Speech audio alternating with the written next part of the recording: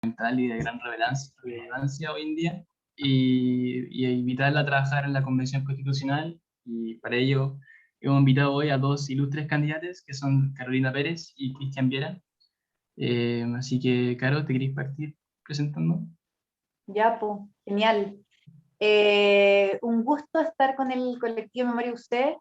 No sé si se acuerdan todos de mí, yo me acuerdo de Luis Aguilar, esa cara la vi antes. Y otras personas que estoy mirando por el Zoom, yo soy Carolina, tengo 32, soy Carolina Pérez, y me presento también. Yo fui consejera superior de la universidad, fui parte de la nueva acción universitaria, así que me tocaron en aquellos años cuando ahora me contaban que el colectivo tiene estudiantes y exalumnos también. En mi época no era así, pero sí hicimos hartas cosas con el colectivo. El 2010 lanzamos el libro, me acuerdo, en la federación de ese año. El 2011 pusimos la placa conmemorativa afuera de la federación, después de que la universidad no nos dejara ponerlo en ningún otro lugar. El 2013, con los títulos póstumos, yo fui consejera el 2012, así que qué bueno volver a encontrarnos como comunidad, y poder conversar sobre este tema que es tan relevante. Yo después de la universidad me seguí dedicando al servicio público, trabajé en ONG, trabajé en el Estado, me especialicé en estudios del desarrollo y participación, y también fuimos parte de la fundación de lo que es Revolución Democrática y el Frente Amplio. Esta es mi casa política hoy día, y es desde ese partido, mi partido, que voy de candidata a la constituyente por el Distrito 11, que es el distrito donde están las comunas de rechazo, pero donde también aprobamos el 55%, que es Peñalolén, La Reina, Las Condes, Vitacura y Lo Barnechea. Además, sé que muchos estudiantes de la Católica son de ese distrito, así que encantada de poder venir y conversar con ustedes, y bueno, los saludo a todos en general y también en particular a Cristian. Ojalá sea una buena conversación. Bacán. Muchas gracias, Caro. Cristian. ¿Qué tal? Muy buenas tardes. Agradezco primero que nada la invitación que me extendió Santiago para participar en este conversatorio, ¿no? Y saludo también especialmente a Carolina y celebro su valentía de ir por un distrito tan complejo, porque de todos los distritos que son complejos, el más complejo de todo el 11, ¿no? Entonces celebro el valor de Carolina de ir por ese distrito. Mi nombre es Cristian Viera Álvarez, yo soy profesor profesor titular de la Escuela de Derecho de la Universidad de Valparaíso, la antigua sede de la Universidad de Chile, sede de Valparaíso. Soy académico jornada completa. Me he dedicado al derecho constitucional y por esas circunstancias terminé siendo candidato a la constituyente por el distrito donde yo nací, donde me formé, donde está mi familia, que es el distrito 17, que es de las provincias de Curicó y Talca. Allá está mi familia, allá está enterrado mi padre, mi madre vive allá. Y claro, bueno, después de la revuelta me tocó mucho participar en muchísimos conversatorios, sobre todo en el territorio, ¿no? Y también en los medios de comunicación, para intentar socializar en qué consistía esta que se instalaba como intuición constituyente. Y claro, en mi producción académica incluso tengo en estos momentos un proyecto Fondesit, que son de estos proyectos que se realizan al alero de CONICYT sobre precisamente la constitución económica, que es como el corazón de lo que va a ser la discusión constitucional, porque ahí es donde están las diferencias más profundas. Y bueno, sin más, los dejo para que podamos conversar. Bacán. Muchas gracias.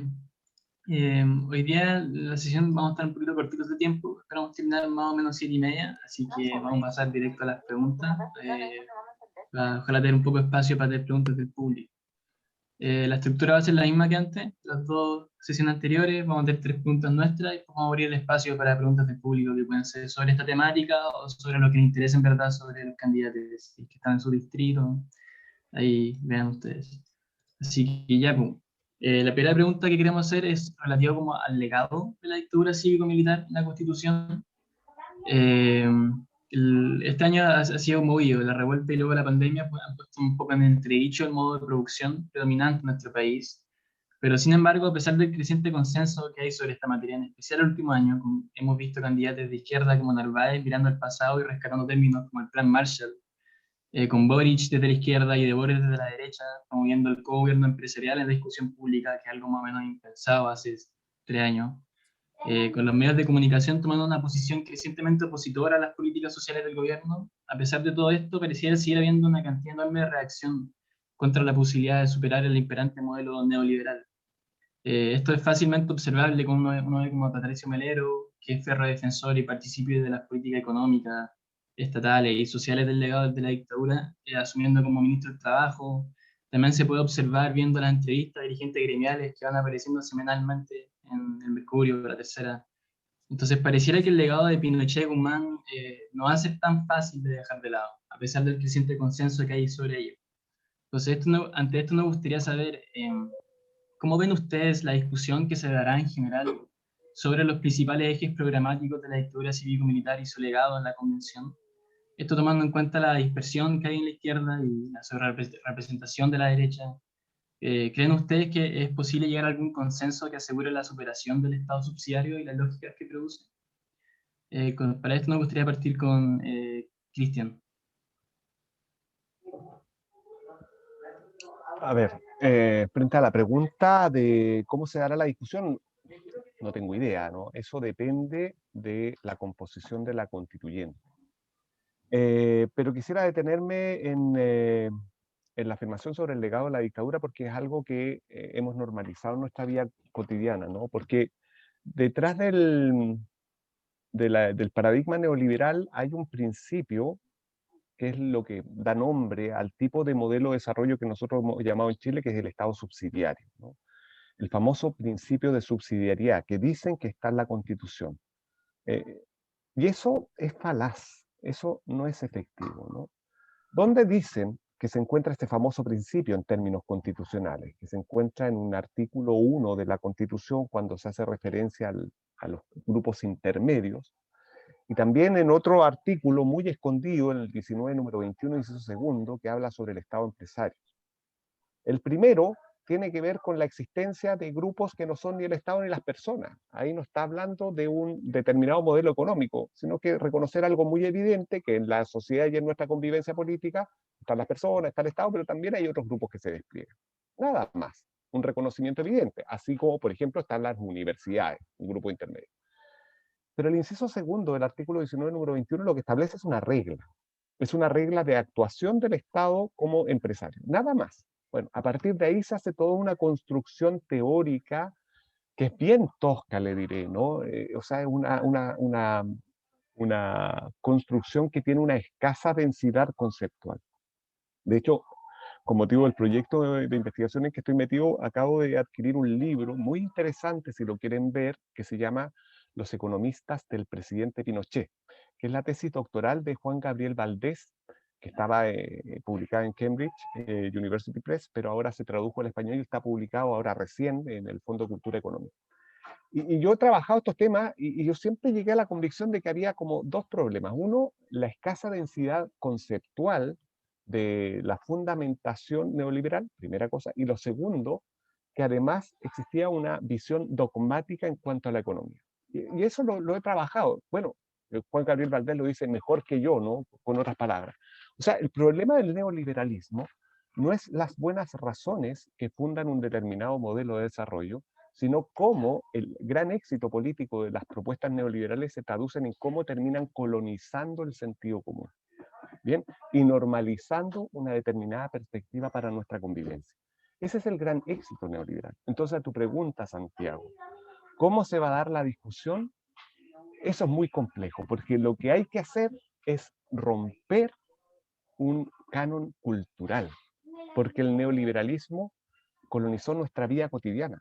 De hecho, si nosotros pensamos, que al menos yo, indignados con todo el retiro del 10%, ya vamos en el tercero, ¿qué más neoliberal como política pública que echar mano a los ahorros para un riesgo social, en eso consiste la seguridad social, para paliar la crisis económica producto de esta crisis sanitaria? Es una política que hunde sus raíces en un fundamento. Es una mala política pública, podrá ser entendible porque no ha habido Estado, el Estado no ha respondido bien, mil razones, pero es replicar la lógica. Entonces, ¿cómo se rompe eso? Es una disputa antes que nada cultural. ¿De qué dependerá el éxito de la superación del Estado subsidiario? De la composición de la constituyente.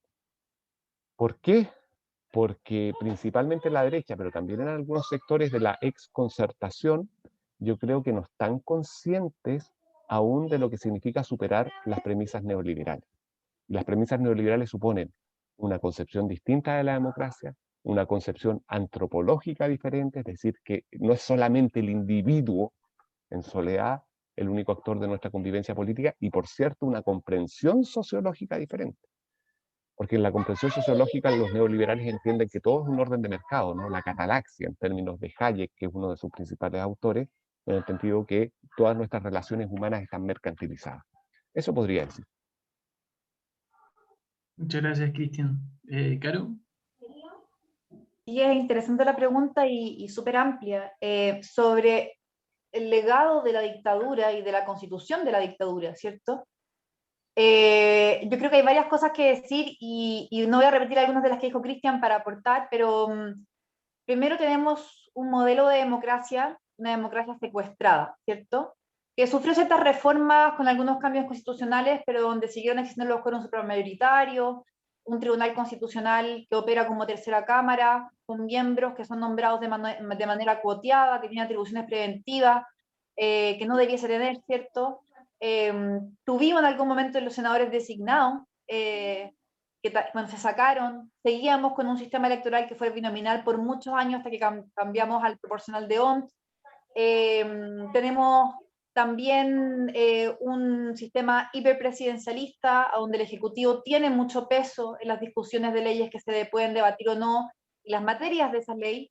Y yo creo que efectivamente todas estas cosas combinadas, como lo dice el profesor Atre, que yo soy muy fan, son en el fondo los diferentes cerrojos que deja la Constitución de Jaime Guzmán y que hace que efectivamente tengamos una democracia liberal o representativa muy restringida. ¿Qué produce eso? Y aquí yo me gustaría detenerme también como en el fondo cuando hablamos de un legado de la dictadura. Dos cosas. Primero, tenemos una generación o generaciones hacia atrás que en el fondo por decir sus ideas fueron torturados, asesinados, desaparecidos. Entonces, el aprendizaje que tenemos, ¿cierto?, de generaciones inmediatamente anteriores a nosotros, yo soy una generación más joven, yo nací en el 88, entonces es un poco distinta la visión que yo puedo tener. Tenemos esa visión hacia atrás de que en el fondo no pudimos ser dueños colectivamente de nuestro destino, ¿cierto? El poder, la soberanía no recayó en nosotros, en el pueblo, porque estuvimos en un régimen dictatorial, autoritario, que suprimió los mecanismos de democracia que existían hasta ese entonces, y que además desapareció y sistemáticamente torturó y asesinó a la oposición. Entonces, tenemos eso que yo creo que psicológicamente es muy fuerte. Yo me acuerdo muchas de las conversaciones que tuve con profesores de la universidad, con mi propia familia, con amigos durante el 2011, ¿cierto? Que el 2011 o hasta el 2006 con la Revolución Pingüina fue como también una especie de despertar del que fueron parte de las generaciones anteriores, de decir, bueno, no hay miedo de querer cambiar las cosas, ¿cierto? Yo creo que psicológicamente eso lamentablemente sigue muy, muy presente en Chile, que es esta percepción de que nos quitaron la posibilidad de ser dueños de nuestras vidas, ¿cierto? De nuestros destinos.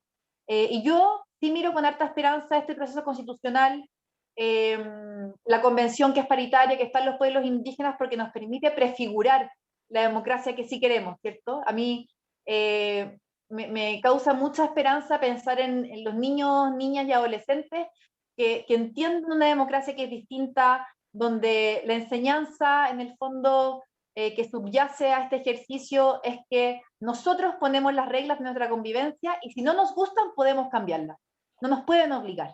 Y yo creo que poder vivir ese momento, que no es perfecto, pero sí es de soberanía popular, es importante y yo creo que es muy, muy, muy relevante para como ir sacando estos legados del autoritarismo y de la dictadura en Chile, ¿cierto?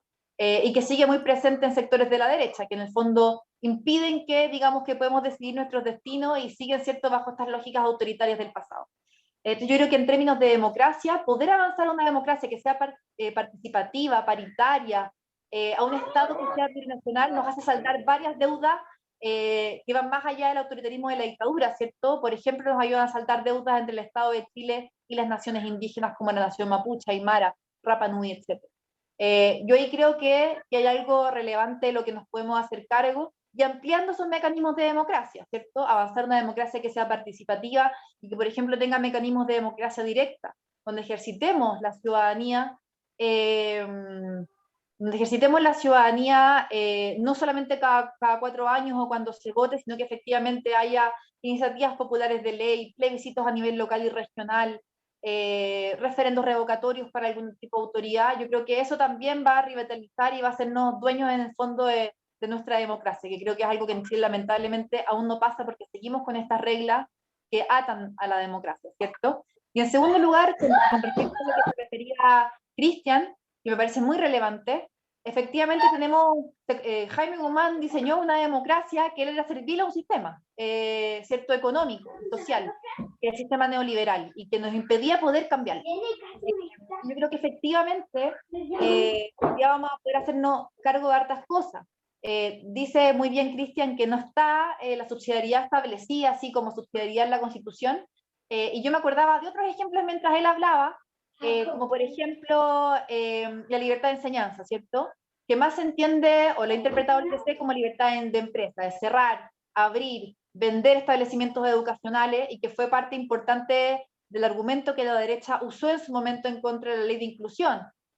O por ejemplo el derecho preferencial de los padres para educar a sus hijos, que tenemos a una derecha conservadorísima, por ejemplo en contra de temas relevantes como la educación sexual integral. Entonces, cuando hablamos también de ese modelo subsidiario, yo creo que hoy día tenemos la oportunidad histórica de construir y de pensar el modelo de Estado que queremos. Yo tiendo a pensar que tenemos que tener un Estado que sea garante, protector, cuidador, que tenga un rol mucho más activo también en la economía, que pueda recaudar más, ¿cierto? Y redistribuir para poder atacar las desigualdades, que es un tema central que hemos puesto desde la campaña. Y ahí tenemos un rol del Estado que ojalá nos permita avanzar y ir desarmando, ¿cierto? Parte de este modelo neoliberal que tiene, como bien decía también, mercantilizada la vida, las pensiones, la educación, y separada a las personas según su capacidad de pago. Yo creo que cuando hablamos de dignidad entendemos que no pueden separarnos en dignidad según cuánta plata tenemos en el bolsillo. Creo que esa es una de las cosas importantes que se instaló durante el estallido social, y creo ahí también que hay algo importante. Y solamente como último punto, para no alargarme, cuando hablan de cómo hacernos cargo del legado de la dictadura, yo creo que hay un tercer punto que es muy importante, que es el tratamiento de las Fuerzas Armadas y de orden.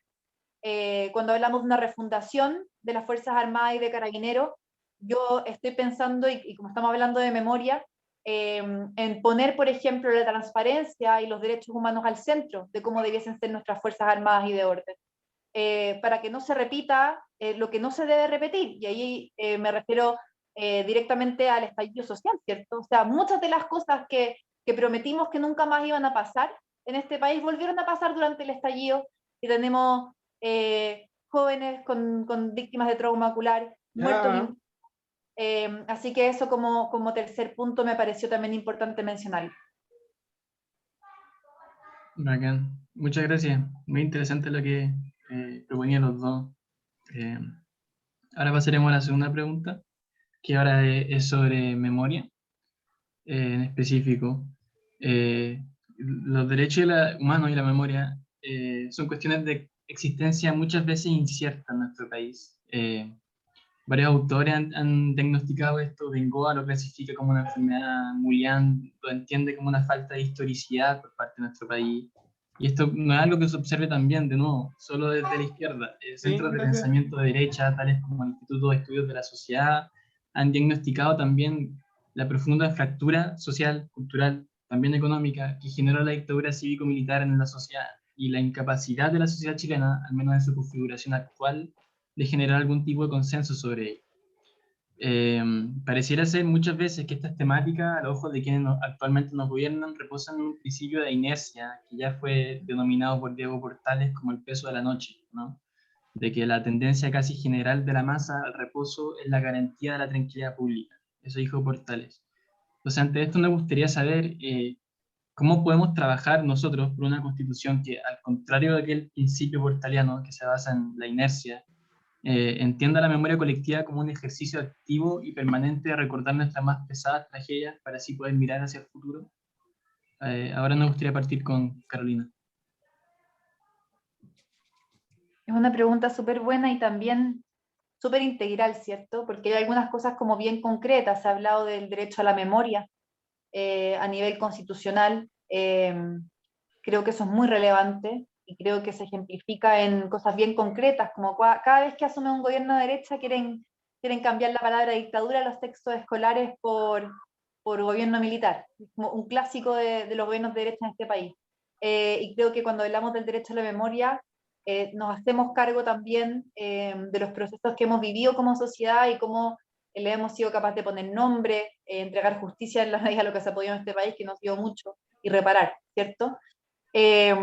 También creo que es importante cuando uno habla de memoria hablar del derecho a la identidad. Yo muchas veces lo menciono, sobre todo vinculado al derecho a la identidad de género, pero cuando hablamos de derecho a identidad es mucho más profundo que eso. Tiene derecho, por ejemplo, es el derecho a saber de dónde venimos.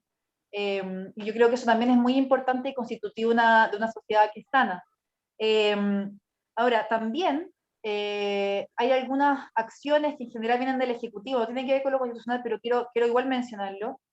Yo trabajé en el Senado con el senador Latorre, fui jefa de gabinete un tiempo, y planteamos muchas veces durante el estallido la necesidad de una comisión de verdad, justicia y reparación del estallido social, ¿cierto? Hoy día vemos un montón de causas que no han llegado a puerto después del estallido, y creo que es importante también que se reconozca de alguna forma la necesidad de hacer estos ejercicios luego de momentos de fractura social tan profundas como las que hemos vivido.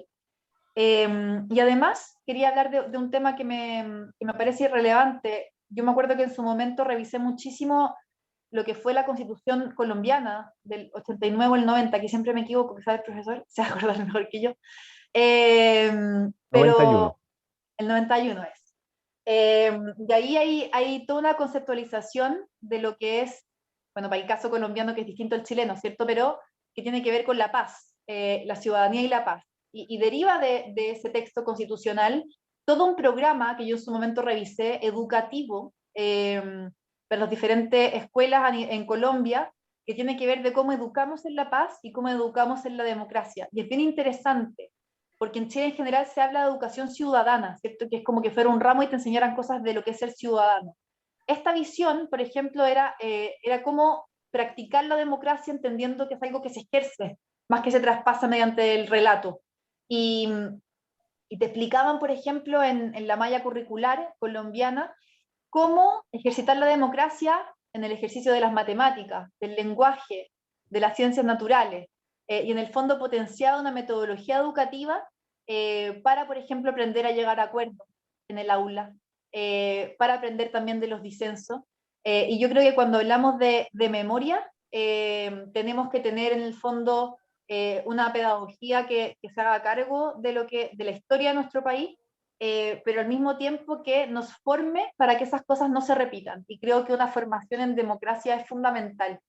Yo ahí, sobre todo en las generaciones más jóvenes, de hecho lo estoy revisando para un debate que tengo mañana, veo como algo muy relevante el derecho de los niños y niñas a participar. Eso no está reconocido a nivel constitucional y tampoco de los adolescentes. Y creo que eso es muy relevante, porque si queremos que cosas como la dictadura no se repitan en nuestro país, es muy relevante que desde las más tempranas edades posibles los niños y niñas puedan ser parte de lo que sucede en la sociedad. Yo, por ejemplo, soy partidaria del voto voluntario desde los 16 años, creo que es relevante, porque además fueron jóvenes y adolescentes los que se saltaron los torniquetes, ¿cierto? Entonces, relegarlos a las temáticas que tienen incumbencia solamente para ellos me parece que es inapropiado. Así que lo dejaría en esas tres cosas que tienen que ver con educación, con derecho a la memoria, con derecho a la identidad, y le volvería a sumar la importancia también de cuando hablamos de memoria, hacernos cargo del tema de las Fuerzas Armadas y de Orden. Perdón que lo repita tanto, pero creo que Chile es de los pocos países a nivel latinoamericano donde no hubo una refundación o reformulación profunda de las fuerzas de orden luego de dictadura. Entonces, seguimos operando bajo las mismas lógicas que operaba una institución durante una dictadura, ¿cierto? Entonces, creo que ahí tenemos un problema que es gravísimo y del que tenemos que hacernos cargo. Muchas gracias, Caro. Cristian. En general, aquí la pregunta a propósito de la Constitución. El tema de la memoria no es un problema jurídico, es un problema más bien político. ¿La Constitución tiene algo que decir, o una nueva Constitución a propósito de la memoria? Sí y no. ¿Qué es lo que esperaría a propósito de una nueva Constitución que dijera en torno a nuestro pasado reciente? Conviene recordar que esta Constitución es una Constitución de revancha, ¿no? Y es de una revancha frente a un periodo histórico que le precedió, que es principalmente gobiernos de Frei Montalva y Salvador Allende. Ese es el paradigma. Por eso, si ustedes miran el articulado de la transición, siempre como que está dialogando con el pasado reciente. Y ahí hay múltiples ejemplos, ¿no? Entonces, esta constitución es una constitución de revancha, tiene múltiples problemas por lo mismo, la perspectiva de la legitimidad, etcétera, etcétera. Pero hay ciertas técnicas constitucionales como para hacernos cargo de este problema. Y yo esperaría, por ejemplo, que la constitución nueva tenga un preámbulo. ¿Y qué es el preámbulo? El preámbulo es una suerte de introducción, prólogo a las constituciones. Nosotros en nuestra historia no hemos tenido constituciones con preámbulo, salvo la constitución de 1828. ¿Bien? ¿Y por qué es importante el preámbulo? Porque el preámbulo sobre todo sirve para interpretar en el futuro la constitución, ¿no? Entonces, en esa parte del preámbulo que es como prosa, ¿no? Es más literatura que norma jurídica, yo ahí esperaría que hubiese un desarrollo más o menos importante de por qué esta constitución nace en democracia, es fruto de la revuelta y sobre todo intenta superar la tragedia chilena que significó la dictadura, porque esta constitución, a pesar de los múltiples cambios, sigue siendo la constitución de Pinochet, ¿no? Entonces, en el preámbulo, hacer ese reconocimiento, ¿no? Eso es muy bonito. No estoy seguro si la memoria es un derecho fundamental al modo como lo entiende Carolina. Yo creo que es más bien una práctica cultural y un mecanismo incorporado a la cultura, sin perjuicio que hay muchos derechos fundamentales que pueden ejercerse en conexión con la memoria. Pero ahí yo haría más bien, son distinciones más bien técnicas, ¿no? En términos de técnica constitucional. Haría la distinción porque si empezamos a generar que todas nuestras prácticas de todo tipo terminen constitucionalizándose en términos de derecho, que tal vez podrán serlo en el futuro, lo que generan son abultados catálogos de derechos que terminan simplemente en retóricas imposibles de cumplir. Y en ese sentido, a mí me gusta mucho el constitucionalismo latinoamericano, bebo mucho en cuanto a mis escritos de aquello, pero una de las grandes deficiencias del constitucionalismo latinoamericano es la lista de deseos que se transformaron en derechos fundamentales impracticables. Entonces, desde la perspectiva como de la técnica de la redacción, yo tendría cuidado en la utilización de los lenguajes, porque tengo la impresión, y por las cosas que yo he ido estudiando, que el tema de la memoria se relaciona, se puede conectar con otros derechos fundamentales, y Carolina lo señalaba muy bien, por de pronto el derecho a la educación. Pero eso ya no es un tema constitucional, sino que pasa a la ley y a los reglamentos. Otro derecho fundamental también asociado con la memoria dice relación con el respeto a la vida y la integridad física y psíquica. De ahí surge toda una reflexión que podríamos hacer. Y en razón también de la memoria, todo lo que se ha construido a partir de los tratados internacionales. Y aquí quisiera también detenerme porque hay una cuestión jurídica que es bien relevante. Carolina señalaba muy bien a propósito de lo que ocurrió con la violación sistemática de los derechos humanos con motivo de la revuelta. Más de 3.000 querellas se han presentado y ayer veíamos la noticia que ya el Ministerio Público cerró más de 500 causas. No hay responsable. Y eso es lo típico que ocurre cuando hay violaciones masivas de derechos humanos. Lo que campea es la impunidad. Bien, los tratados internacionales a los cuales nosotros nos encontramos obligados contienen medidas de reparación para el futuro en relación a la memoria, porque mal que nos pese, eso es lo que va a ocurrir con las violaciones masivas de los derechos humanos. Bien, no vamos a tener culpables. ¿Y por qué? Porque entendemos que esto es simplemente en sede penal. Y la sede penal es muy exigente en cuanto a los medios probatorios. Por lo tanto, lo que va a ocurrir ahí, salvo unas contadas excepciones, es impunidad. Bueno, ¿qué se hace para que la impunidad no sea absoluta? Que es lo que podría ocurrir con todas las causas cerradas. Políticas de reparación. Y segundo, justicia transicional. Y eso también dice relación con prácticas de memoria. Políticas de reparación. Bueno, el Estado tendrá que hacerse cargo de que agentes del Estado violaron masivamente y bueno, eso se traduce también en compensaciones económicas, etc. Eso va a tener que ver, que es lo que tal vez proponía Juan Ignacio Latorre en el trabajo que hicieron con Carolina, que eran estas comisiones de verdad. Porque aquí va a existir impunidad frente a la violación masiva de derechos humanos. Eso va a ocurrir y ya está ocurriendo. Bueno, hay que reparar ese daño. ¿Bien? Y ese daño lo va a tener que asumir el Estado de Chile. Y segundo, ciertos márgenes para justicia transicional. Esto es muy relevante porque va a empezar a pasar el tiempo, puede que los pactos de silencio desaparezcan, pero siempre está corriendo el plazo de prescripción para los delitos. Bueno, ahí hay que generar ciertos mecanismos y resguardos para que la memoria no se olvide, porque la prescripción lo que hace es olvidar la responsabilidad penal, en definitiva.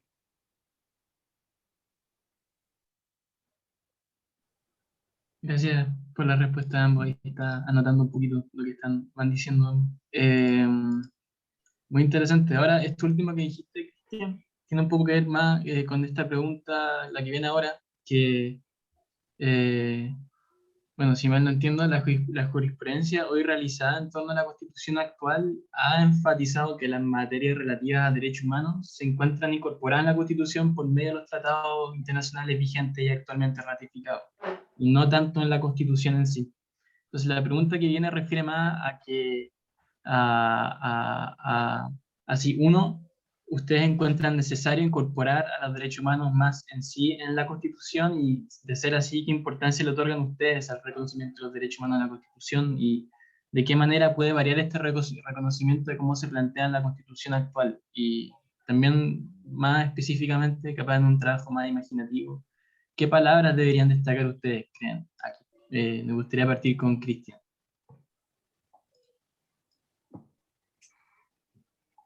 ¿Qué palabra destacar para qué? En cuanto a materias de derechos humanos, ¿cuáles pueden destacar en cuanto a su protección, Ya, digamos? ya. Mira, acá vamos a hacer un poquito de recuerdo, ¿no? Porque en materia de derechos humanos, esta afirmación que tú señalas en torno al estatuto, el estatuto de los tratados internacionales en materia de derechos humanos en Chile, es de aplicación más o menos reciente. Sin embargo, es curioso porque eso se encuentra en el artículo 5, inciso segundo de la actual Constitución, en el segundo párrafo. Y ese es un párrafo que se agrega en la reforma constitucional del 89. Aquí los más mayores, como yo, nos acordaremos que las 50 y tantas reformas de junio del 89 que reformaron la constitución en algo, ¿no? Bueno, esa reforma, dentro de las 50 y tantas reformas, se incorpora ese inciso segundo. Pero mira lo que pasó. Entre el 89 y el 2004 no existieron políticas de implementación jurisprudencial, es decir, en los tribunales, de respeto a los derechos fundamentales. Porque el decreto de ley de amnistía, el famoso 2191 del año 78, seguía rigiendo. O sea, teníamos una norma que dice exactamente lo mismo que hoy día entendemos, pero no se aplicó. ¿Qué es lo que pasó? Lo que pasó es que tomaron preso a Pinochet en Londres. O sea, de nuevo, un hecho político, no jurídico. Tomaron preso a Pinochet en Londres y ahí se produce un remesón en la interpretación de lo que se llama el derecho internacional de los derechos humanos. ¿Por qué se produce una interpretación diferente? Y por eso el caso Pinochet es emblemático para el mundo entero, y los que estudian derecho internacional humanitario siempre se encuentran con el caso Pinochet. Porque el caso Pinochet por primera vez se empieza a analizar cuál es el valor de los derechos humanos respecto a ciertas causales de extinción de la responsabilidad penal.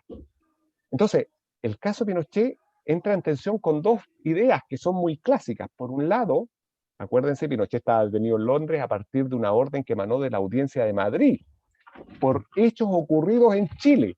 O sea, es una cuestión súper rara porque en estas materias rige lo que se llama el principio de territorialidad. Los tribunales competentes para conocer esos hechos son los tribunales donde se cometen esos hechos. Por lo tanto, eran los tribunales chilenos. Pero aquí no pasaba nada porque había impunidad. Entonces se empieza por ahí a reflexionar por primera vez un concepto que se llama de jurisdicción universal. Es decir, hay ciertos delitos súper graves, tan graves, que cuando hay impunidad en los estados, la soberanía cede. La soberanía cede.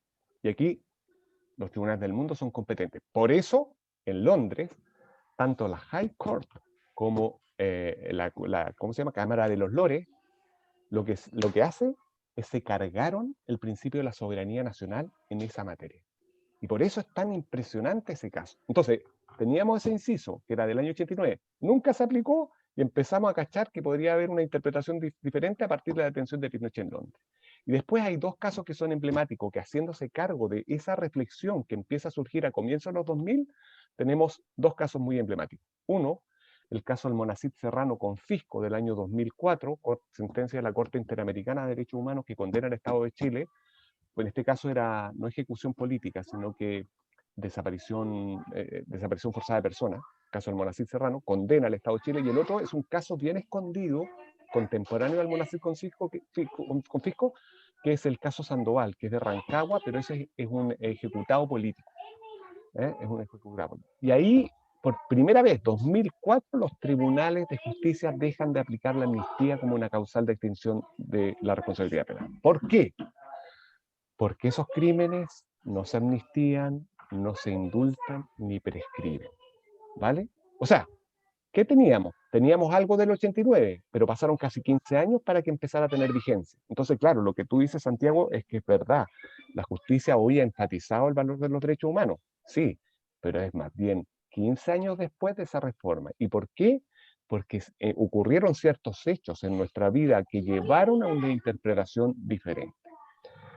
Y cierro, porque ya me estoy extendiendo y estoy lateando.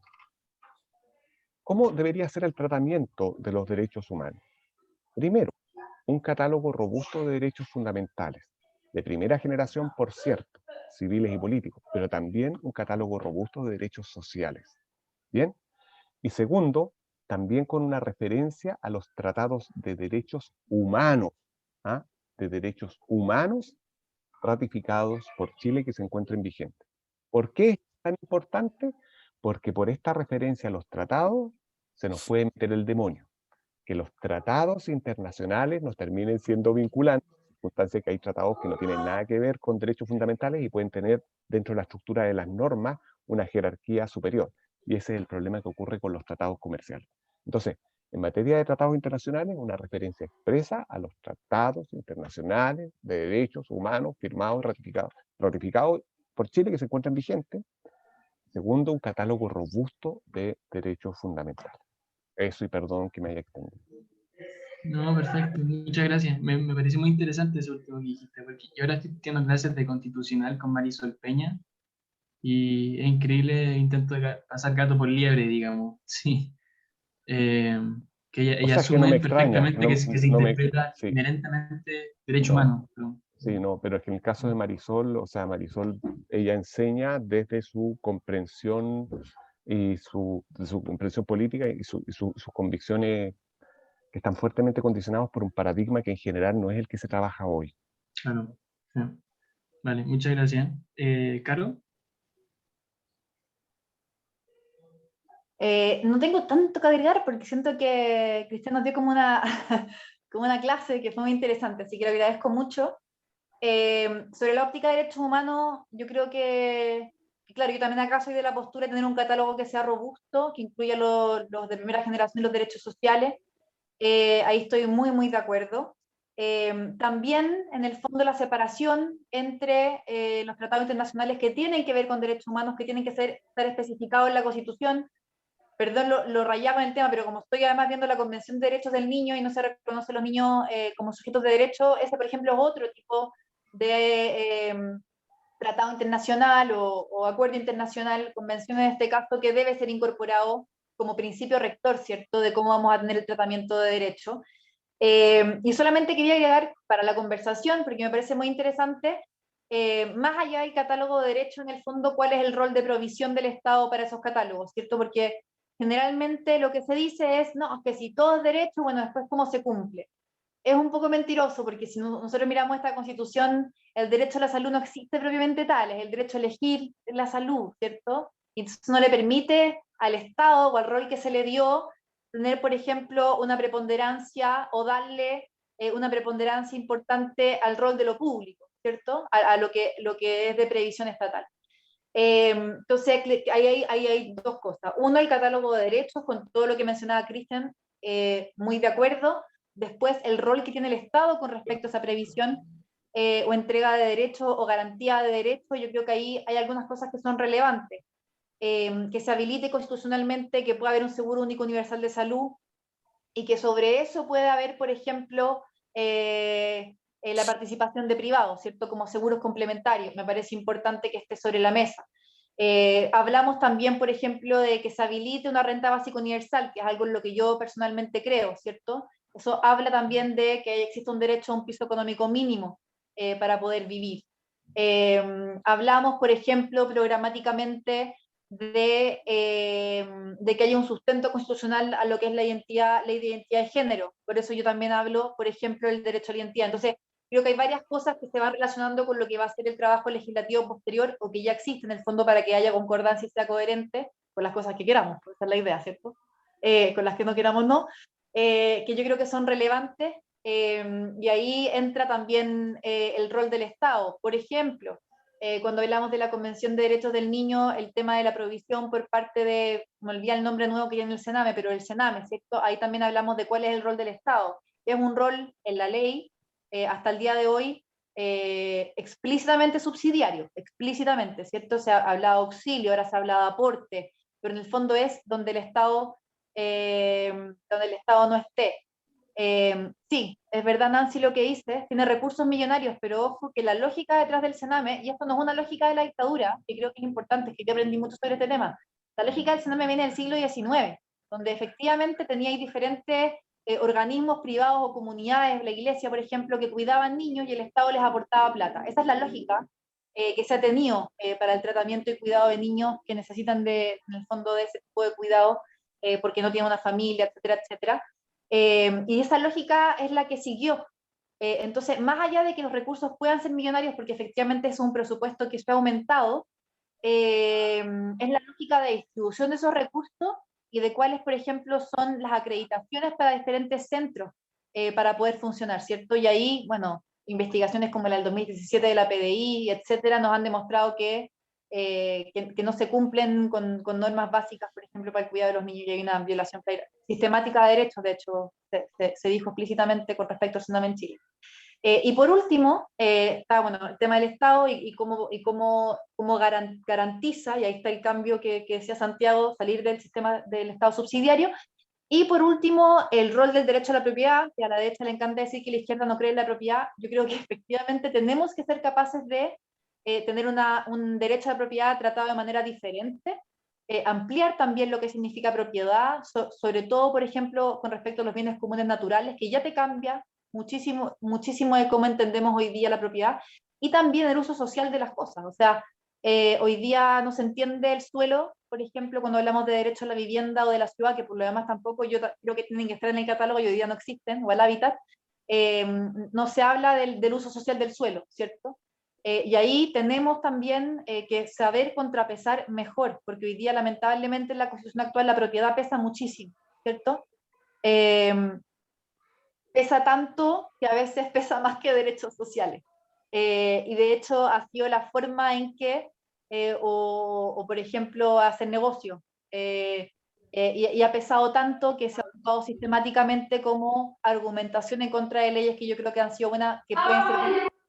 Se ocupó en contra en su momento de la ley de carrera directiva en educación, que es un ejemplo interesante, porque era, como fue con la carrera docente, con la carrera directiva en el fondo, generar incentivos, porque está súper demostrado que con mejores directores o directoras la calidad de la educación en diferentes tipos de establecimientos sube muchísimo, ¿cierto? Entonces, ¿cómo potenciamos la carrera directiva? ¿Y qué dijo la derecha en ese momento? Dijo, ojo, no se metan con la educación, porque si es mi negocio, ¿cierto? Y eso está protegido constitucionalmente, entonces no se pueden meter con quien yo elijo que sea director del colegio, ¿cierto? O del liceo, etcétera, etcétera, o en particular subvencionado en este caso. Entonces, yo creo que efectivamente cómo entendemos la propiedad, el derecho a la propiedad y el rol que tiene el hacer negocios en general en la Constitución es muy importante, y lo digo hacer negocios de manera general y poco técnica porque está impregnado en muchos de los artículos de la Constitución. No necesariamente explícito, pero está cuando uno lee el derecho a la salud, está cuando uno lee sobre libertad de enseñanza, y está ahí puesto de manera tramposa. Entonces creo que vamos a tener que ser muy inteligentes quienes logremos llegar a la convención, de que en el futuro, cuando se interprete la Constitución y queramos hacer leyes transformadoras, no esté esa posibilidad, ¿cierto?, de interpretar que el negocio o la mercantilización vale más que la provisión del derecho. Y yo creo que eso es fundamental agregarlo al catálogo de derechos que mencionaba Cris. Perfecto, muchísimas gracias. Mira que con tu respuesta, Caro, logramos hacer una conexión bastante poética con la primera respuesta de Cristian Viera, la mercantilización de la vida social. Es algo que se ha visto mucho en debate últimamente, en que apelan al sentido común, como que no, candidatos de derecha, con el problema es que hay que echarle más plata, ¿no? La misma cuestión. En fin. Ahora vamos a abrir el espacio para preguntas del público. Así que si tiene alguna pregunta, la Caro se tiene que ir como más o menos 10, 15 minutos. Así que si tiene una pregunta para ella, ahora es el momento. Siempre es intimidante levantar la manito, pero pueden levantarla, pueden hacer la pregunta por el chat. Eh, eso. Nancy, dale. Buenas tardes. Gracias por la oportunidad. La verdad es que yo he estudiado bastante el tema de la Convención Internacional de los Derechos del Niño y también el tema de la educación. ¿Por qué? Porque soy madre, soy abogado, soy magíster, entonces conozco la realidad y conozco la teoría. Y la verdad es que en nuestro país, más allá o sea, lo digo como ciudadana, más allá de la Constitución, existe una poca voluntad de reforma por parte de los establecimientos y por parte de la Seremi de Educación. O sea, si nosotros vemos, los currículos académicos podrían ser reformados sin necesidad de una constitución política. Y prácticamente son los mismos currículos, e incluso peores que los que teníamos en el gobierno dictatorial. Ya han eliminado la educación cívica, la educación, la filosofía, que nos hace pensar. Y la verdad que no es que esté mirando pesimista, pero el tema de la pedagogía, cada vez los profesores son menos con voluntad, de estos son los que tienen menos puntaje en la prueba de aptitud académica, PSU, y en la PTA. ¿Ya? Entonces no se respeta al maestro y la verdad que se denigra y tiene una función trascendental para la sociedad, incluso más que nosotros los abogados, porque ellos... Entonces, yo creo en la nueva Constitución que va a ser un instrumento que nos va a permitir construir un mejor Chile, pero ¿cómo vamos a plasmar efectivamente esos cambios en nuestra realidad, en nuestra cultura? Si pudiendo hacerlo todos estos años no lo hemos hecho. ¿Ya? ¿Por qué? Porque cuando una como madre se empodera y se da cuenta de que mucho que tengamos un convenio internacional de los derechos del niño, al final en los colegios se están dopando a los niños, o sea, por cada colegio ABC1, el 25 de los niños están dopados con Ritalina, entonces van a ser insensibles el día de mañana. Yo tengo a mi hijo en un colegio Montessori, ¿ya? Y por eso lo digo, o sea, el cambio drástico es que lo hace pensar, les permite tener un pensamiento crítico, respetar el medio ambiente. O sea, los colegios Montessori son los colegios más caros que hay en Estados Unidos y en Europa, pero acá en Chile ni siquiera se respeta esa calidad porque no la reconoce la Seremi de Educación. Entonces, mi pregunta es, ¿cómo visualizan ustedes un verdadero cambio? Porque todo cambio de sociedad pasa por la educación, ¿ya? No sacamos nada con, por ejemplo, darle un valor agregado al cobre si no tenemos niños capacitados que lo hagan el día de mañana de acá a 20 o 30 años, que puedan reformar y cambiar el sistema porque son ellos, en el fondo, la forma de pensar, del pensamiento crítico, las que en realidad van a ser la llave mágica para transformar el país, no la Constitución. No sé si me entienden mi perspectiva. Queda más o menos claro que todo pasa por cómo educamos a nuestros niños, y en la primera infancia, en la segunda infancia.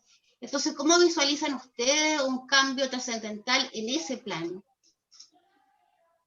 Dale, Caro. Ya, una pregunta súper profunda. O sea, ¿va a cambiar el país con la nueva constitución? No, yo creo que no va a ser como que vamos, no va a ser como que vamos a despertarnos el otro día y Chile va a ser distinto, ¿cierto? Es más que vamos a cambiar las reglas, la base de eso.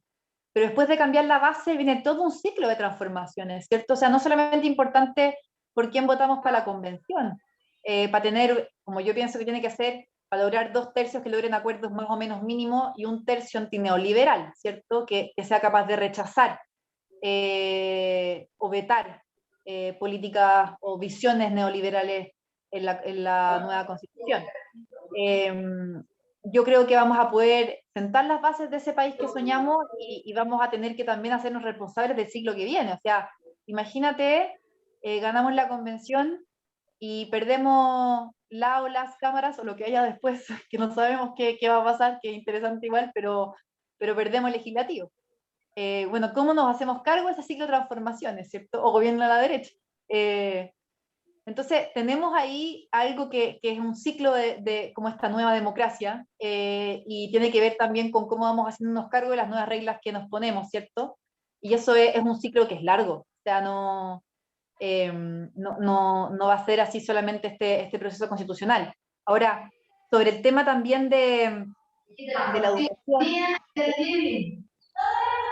yo creo que eliminar la conceptualización de la educación y otros derechos sociales como de mercado, o sea, desmercantilizar los derechos, es súper relevante para el futuro de Chile, y también va a tener que tener un correlato, ¿cierto?, en lo que venga posterior a eso. Y yo creo que cuando pensamos, por ejemplo, en la lógica o lo que se ha tratado de hacer en educación, y aquí como que me siento súper interpelada, porque yo como que soy real la generación del movimiento estudiantil. Yo estaba en cuarto medio para la Revolución Pingüina, estaba en la universidad el 2008 cuando resurgió, y nos tomamos, o sea, no en la católica, pero paramos, en el fondo yo estudié letras, entonces paramos toda humanidades, y estaban los gremialistas diciendo que en la católica no pasaba nada, el 2008, y me tocó el 2011 el movimiento estudiantil, ¿cierto? O sea, yo soy de la generación que lleva 15 años peleando por un cambio en educación. Esa es mi generación en Chile, ¿cierto?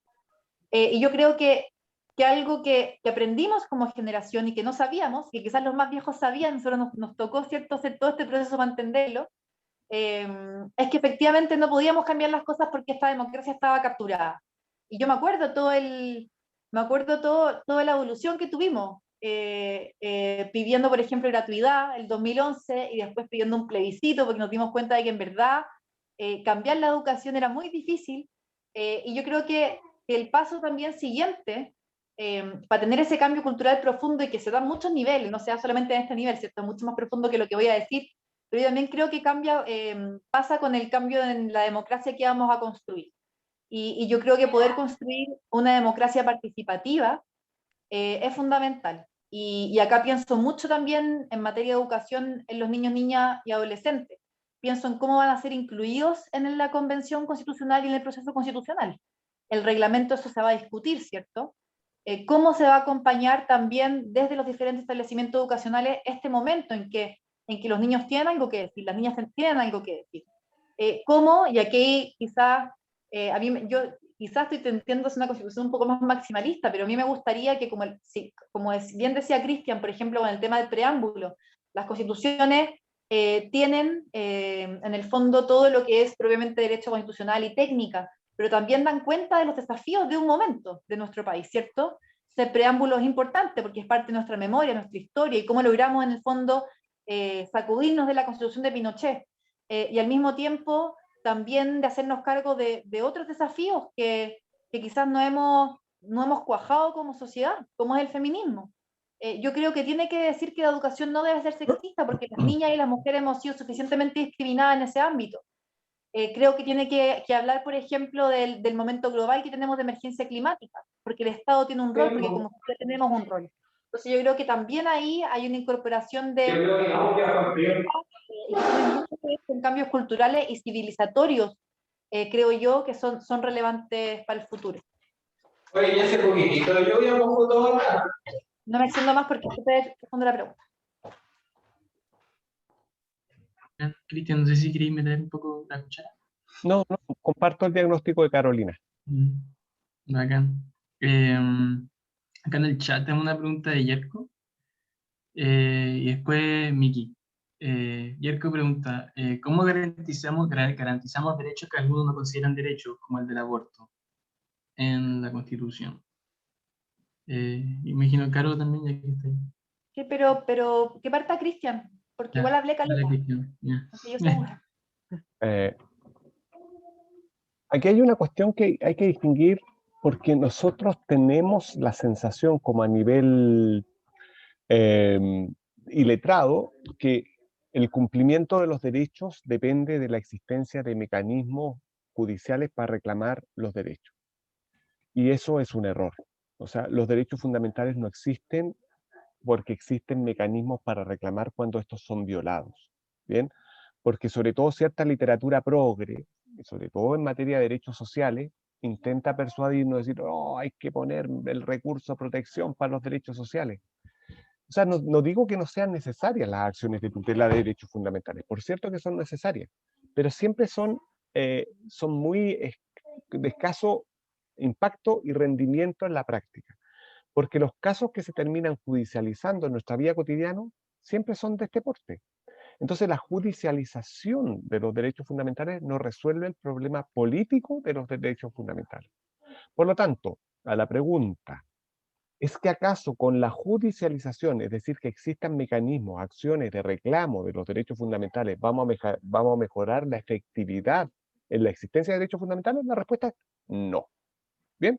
Porque ¿de qué depende la efectiva vigencia y respeto a los derechos fundamentales? De una práctica política diferente. ¿Bien? Entonces aquí nos salimos del ámbito jurídico y entramos al ámbito político. ¿Qué son los derechos fundamentales? Son opciones políticas que nosotros nos damos como sociedad.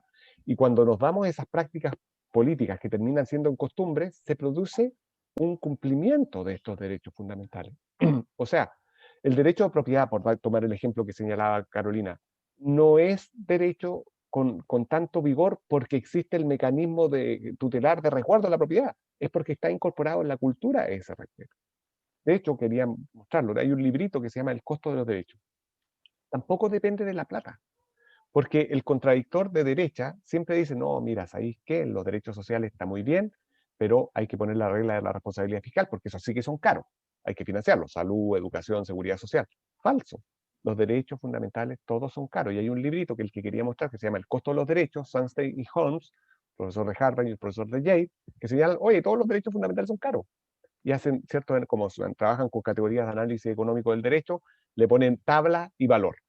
Porque ¿qué son los derechos fundamentales? Son opciones políticas. Y claro, para tratar de resguardar la propiedad, el Estado de Chile invierte lo que sea para resguardarlo. Ni les cuento lo que sale el respeto del derecho a la propiedad en Chile. Es una opción política. Bueno, los derechos sociales ocurre lo mismo.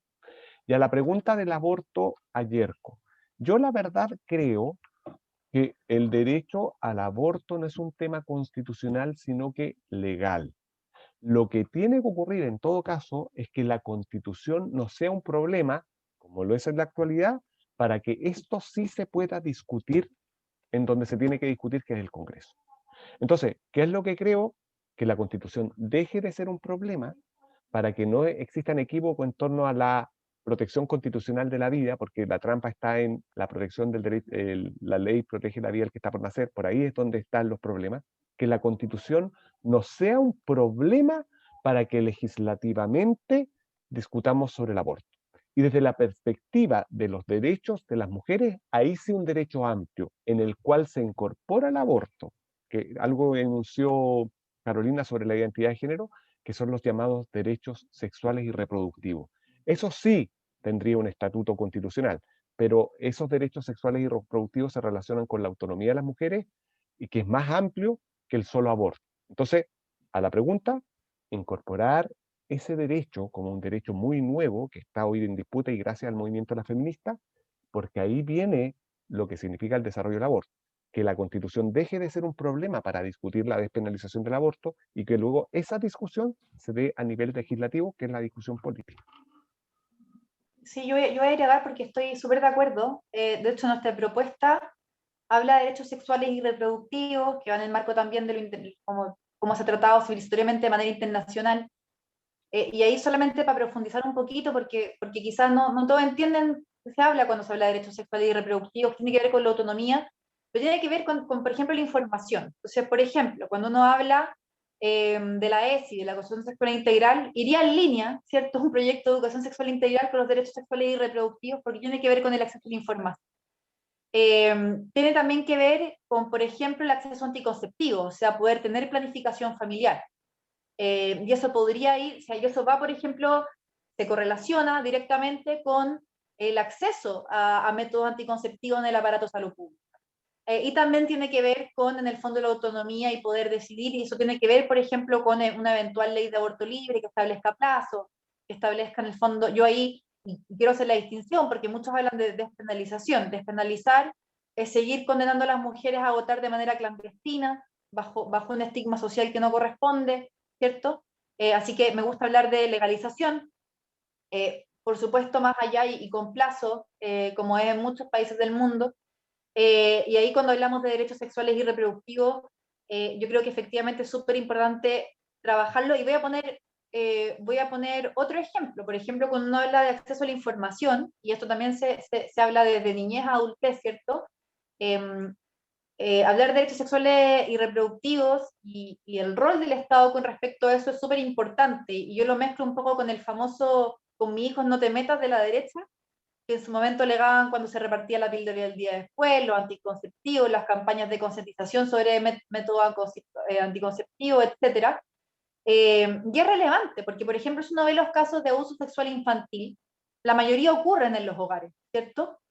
Entonces el espacio de lo público, y que haya acceso a derechos sexuales y reproductivos es fundamental, por ejemplo, en el caso de la educación sexual integral, porque permite que un niño o niña entienda los límites en el fondo de otro para con su cuerpo, que entienda lo que es el consentimiento y que eventualmente pueda comunicar que está en una situación de abuso. Entonces, me gusta ponerlo en perspectiva, porque cuando uno habla de esa temática en particular, hay que hablarlo desde la perspectiva feminista, claro está, y también desde una perspectiva que tiene que ver con los derechos de todas, en el fondo de todas las personas en igualdad de condiciones de acceso a información, ¿cierto?, con respecto a su sexualidad. Y ahí, claro, yo creo que lo resume muy bien también el grito feminista, que es en el fondo educación para decidir, anticonceptivos para no abortar, y aborto legal, seguro y gratuito para no morir. Creo que eso también resume bastantes de los puntos de lo que uno habla cuando habla de derechos sexuales y reproductivos. Así que súper de acuerdo con lo que mencionan, y solamente quería hacer un punto sobre el tema de la judicialización de los derechos. Yo estoy de acuerdo, creo que es un sinsentido hablar de judicializar todos los derechos. Yo sí doy como ejemplo el tema del derecho a la propiedad en varios debates, porque creo que la preponderancia también tiene que ver con eso, ¿cierto? Cuando han echado, por ejemplo, a estudiantes de establecimientos educacionales, y estos quieren poner un recurso, ¿cierto? En general no pueden hacerlo por el derecho a la educación, pero pueden hacerlo por el pago de matrícula. Entonces, creo que esos son ejemplos que también nos van ilustrando el peso que tienen ciertas cosas, y creo que ahí, por ejemplo, yo tampoco estoy de acuerdo con judicializar, pero sí creo que tenemos que hablar en el fondo de qué forma estos derechos pesan dentro de la Constitución, y cuál es la forma que tenemos en el fondo de garantizarlo. Y ahí creo que está la discusión más de fondo, más que la judicialización extrema de derecho en la Constitución actual. Muchas gracias, Caro. Ya, pues, ahora tenemos una pregunta de Miki. Sí, adelante. Tiene el micrófono silenciado. Mira, Sí. la primera tiene relación a algo que ya se ha nombrado acá, y es que, de hecho, la Constitución del 80, el corazón de ella es la prioridad de la propiedad privada por sobre el bien común. Eso a nivel político, social, tenemos la educación, la vivienda, etcétera, etcétera. Entonces, es cómo esos mecanismos en que la propiedad privada es tan fuerte, cuáles van a ser los mecanismos que tanto Cristian como Carolina van a proponer a ese nivel. Esa es una. La segunda tiene que ver con algo que Cristian dijo.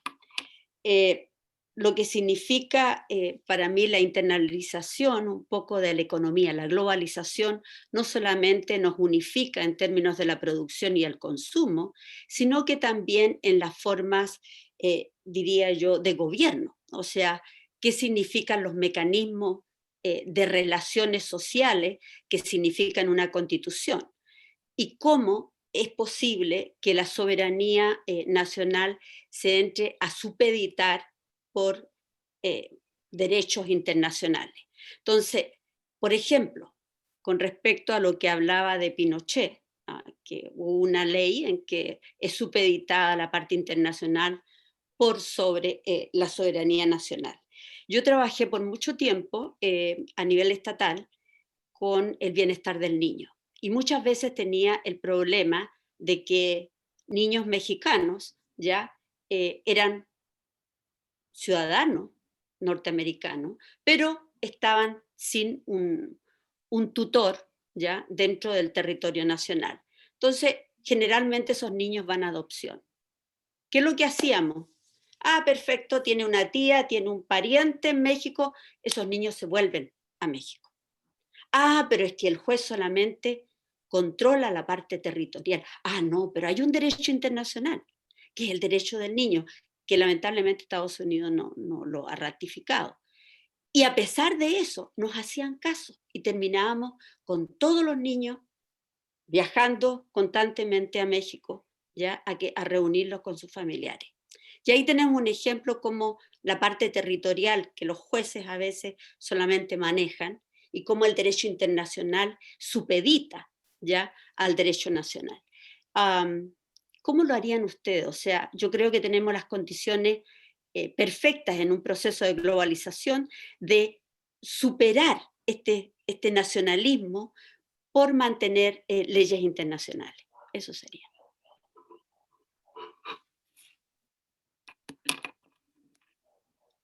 Sí, no sé quién quiere responder ahí. Carolina se tiene que ir pronto, así que si quiere Carolina responde, porque yo quiero mostrarle algunas cositas para la respuesta de la propiedad, así que Carolina, si quiere responder. Súper. Yo creo que complejo el tema de la propiedad, pero algunas aproximaciones que hemos hecho tienen que ver, y lo voy a decir en algunos temas, porque, por ejemplo, tiene que ver con el tratamiento de los bienes comunes naturales. Yo creo que va a ser fundamental a la hora de pensar un nuevo modelo de desarrollo para Chile, y ahí efectivamente hay algunas menciones, algunos temas en la Constitución, por ejemplo las minas, ¿cierto? El dominio de las minas del Estado, etcétera, etcétera, pero lo que pasa en la práctica es que están todas concesionadas, ¿cierto? Y más encima en un país donde no hay royalty minero, básicamente esas plata en el fondo se la llevan de Chile. Entonces, a mí me gustaría mucho pensar en cómo nos hacemos cargo, por ejemplo, de la propiedad de manera más colectiva, por ejemplo, con respecto a los bienes naturales, no solamente para que esa riqueza se quede en Chile, sino que para que además esas riquezas nos permitan avanzar hacia modelos de desarrollo, por ejemplo, que no sean extractivistas, ¿cierto? Que Chile depende en gran parte de eso, de los impuestos también del IVA. Entonces, eso por un lado. Después, yo creo que el concepto de uso social es súper relevante. Y no lo he escuchado mucho en el debate constitucional. Yo en general hablo del uso social del suelo porque es un tema con el que me he relacionado más. Yo trabajé muchos años con comités de vivienda, en comités de allegados, y a uno le toca ver lo que hace el modelo de Estado subsidiario con un derecho que no está reconocido como la vivienda, ¿cierto? Que es que comunidades de personas o personas juntan plata para un subsidio, les dan el subsidio y quedan con una regulación muy básica por parte del Estado, quedan al arbitrio del mercado. Entonces, el mercado, ¿qué es lo que va a hacer? Va a construir con los materiales más baratos que encuentre, en el suelo más barato, mal ubicado por lo tanto que encuentre, lo más chico que le permitan hacerlo, ¿cierto? Y a donde pueda y quiera hacerlo. Entonces, a mí me tocó, por ejemplo, trabajar con comunidades que vivían, no sé, en el Cajón del Maipo, y ninguna constructora quería construir ahí. Entonces, ¿dónde está el Estado? Y cuando hablo de uso social, por ejemplo, del suelo, me refiero, y aquí sí ataco el tema de la propiedad, a la especulación que existe, por ejemplo, con el suelo en Chile, donde además no se pagan prácticamente plusvalías por las inversiones que hace el Estado, metro, infraestructura, llegada y bienes y servicios por diferentes factores. Y eso que hace que no tenga, por ejemplo, muchas familias con subsidio en mano, pero sin acceso a un terreno para construir. Yo ahí creo que efectivamente el Estado tiene que tener un rol más activo en de cómo entendemos la propiedad, y yo creo que ahí, por ejemplo, tiene que haber muchas más herramientas por parte del Estado para acceder al terreno, porque el suelo tiene un uso social que es la vida y que es prioritario al mercado, ¿cierto? Y yo creo que es eso que es fundamental entenderlo cuando uno habla de derechos sociales, del uso social en general, con muchas otras cosas que uno entiende dentro de la propiedad. Y por último, yo creo que un tema fundamental va a ser el agua. Y aquí quiero hacer una salvedad, y quizás ahí Cristian puede complementarlo porque probablemente lo va a entender más a cabalidad que yo, pero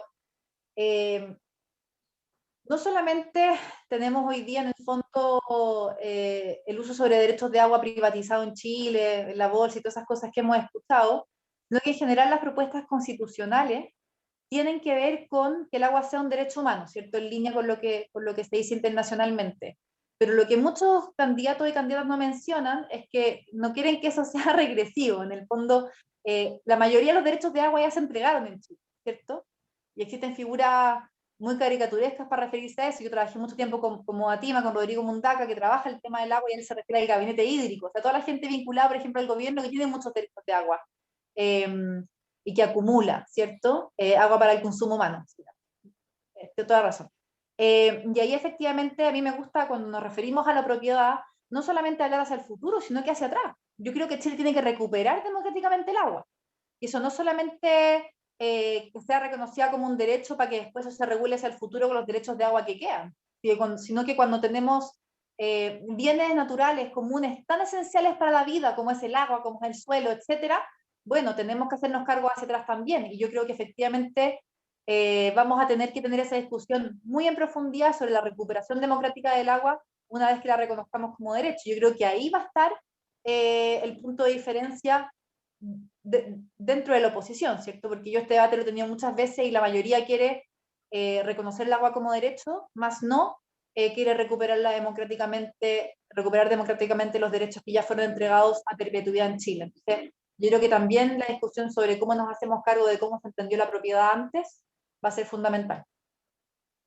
Y quiero escuchar un poquito a Cristian, así que me voy a ir silenciosamente cuando tenga que irme mientras esté hablando.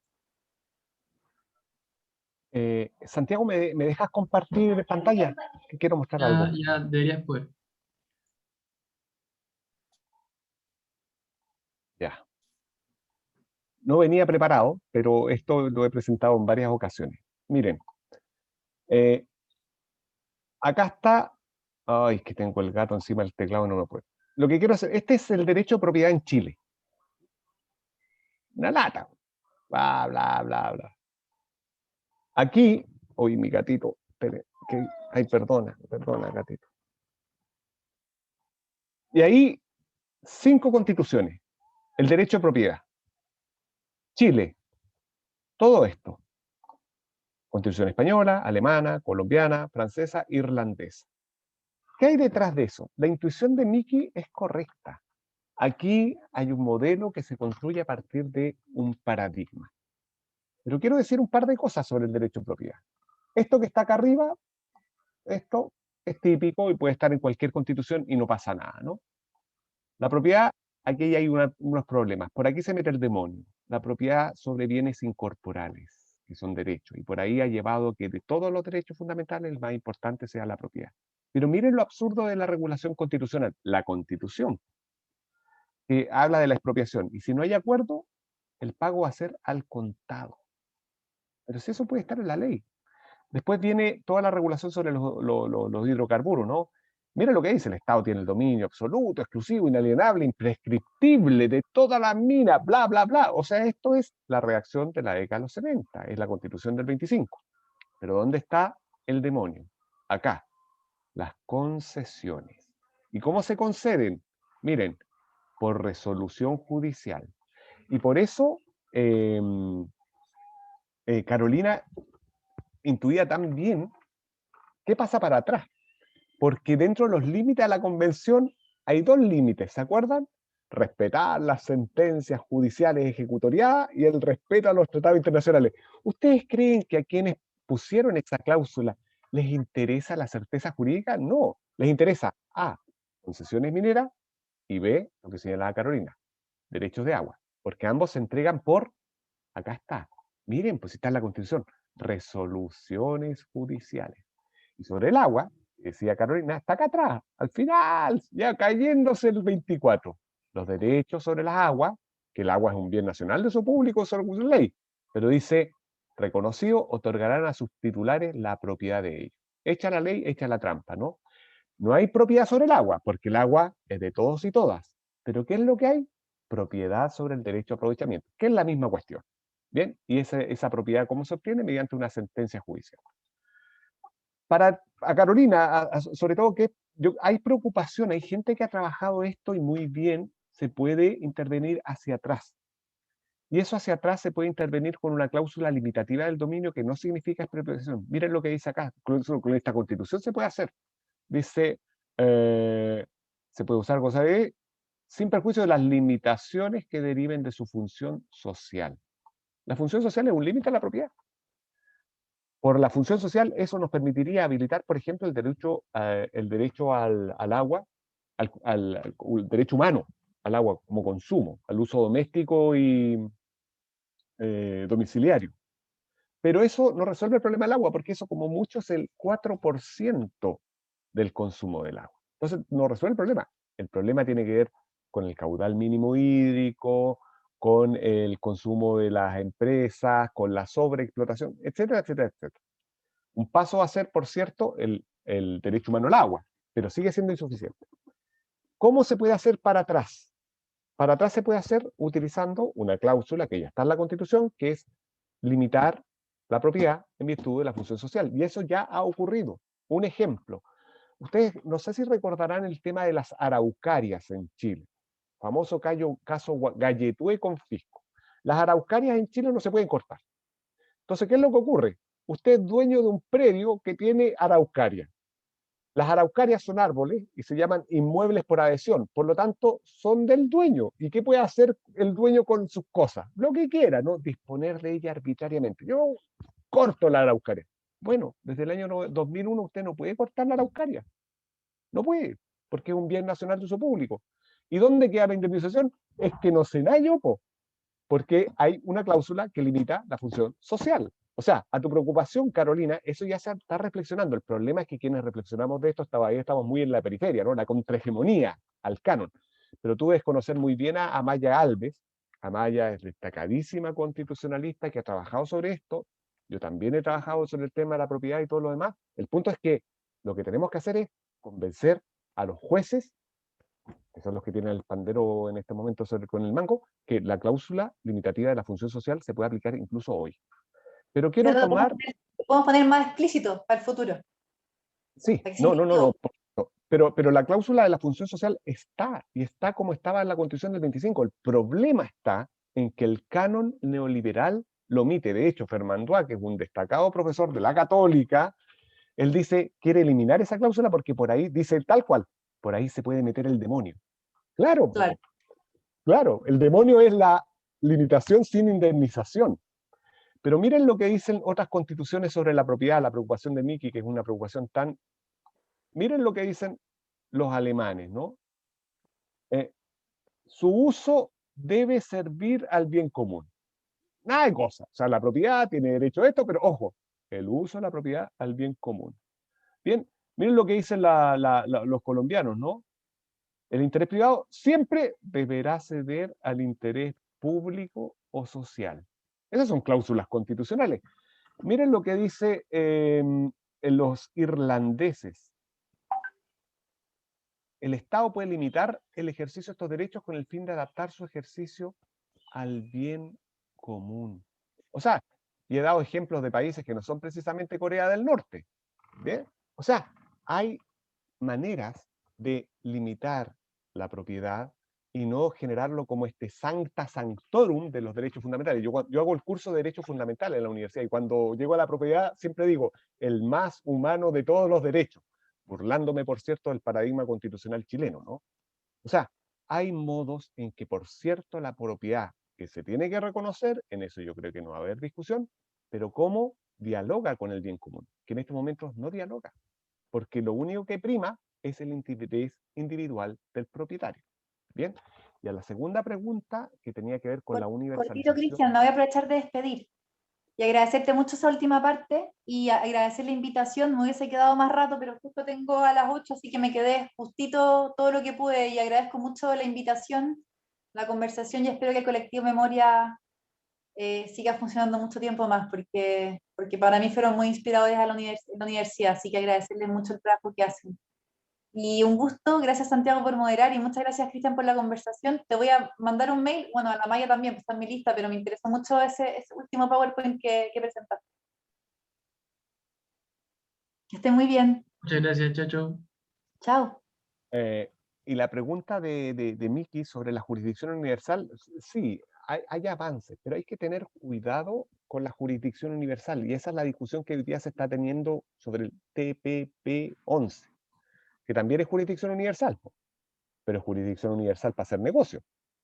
Yo creo que en materia de derechos humanos, frente a la impunidad de las soberanías nacionales, bienvenida sea la jurisdicción universal para evitar la impunidad, pero solo ahí, jurisdicción universal, no, para que la soberanía nacional sea, sobre todo en materia de explotación de nuestros recursos y regulación del comercio al interior, yo creo que es muy peligroso. Entonces, haría solo esa pequeña distinción. Jurisdicción universal para resistir la impunidad de las soberanías nacionales, pero en materia de violación de los derechos humanos. Perfecto, interesantísimo, Cristian, muchas gracias. No sé si alguien más tiene, hay más preguntas.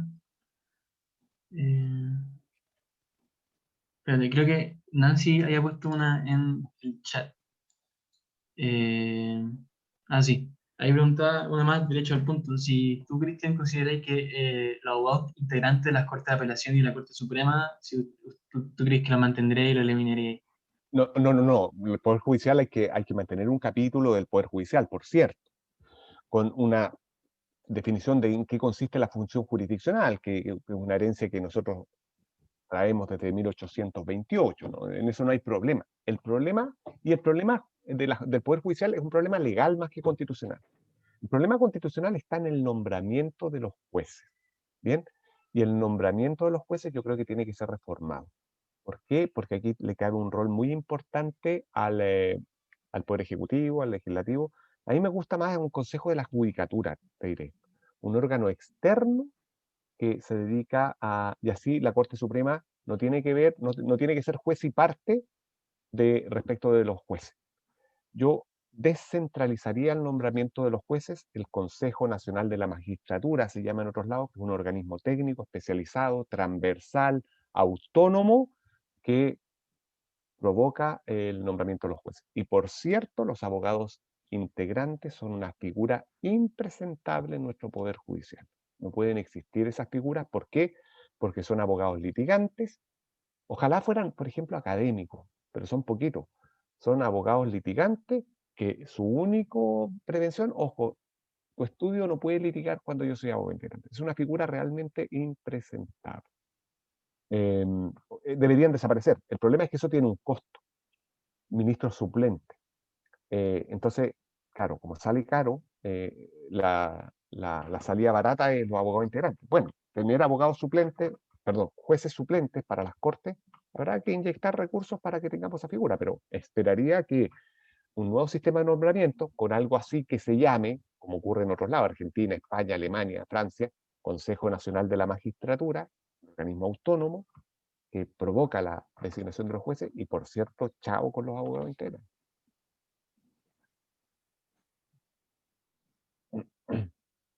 Perfecto. Bueno, tengo la impresión de que no hay más preguntas, así que yo creo que podríamos ir cerrando ahora el ciclo conversatorio. Estuvo interesantísimo la conversación, en especial esta parte de las preguntas del público, así que muchas gracias, Cristian. No sé si quería hacer algún tipo de cierre. No, muchas gracias por la Perfecto, invitación, los felicito y encantado cuando gusten. perfecto. Vale, muchísimas gracias. O sea, antes saquemos una fotito. Así que puede prender sus cámaras. Ya, si no, da lo mismo.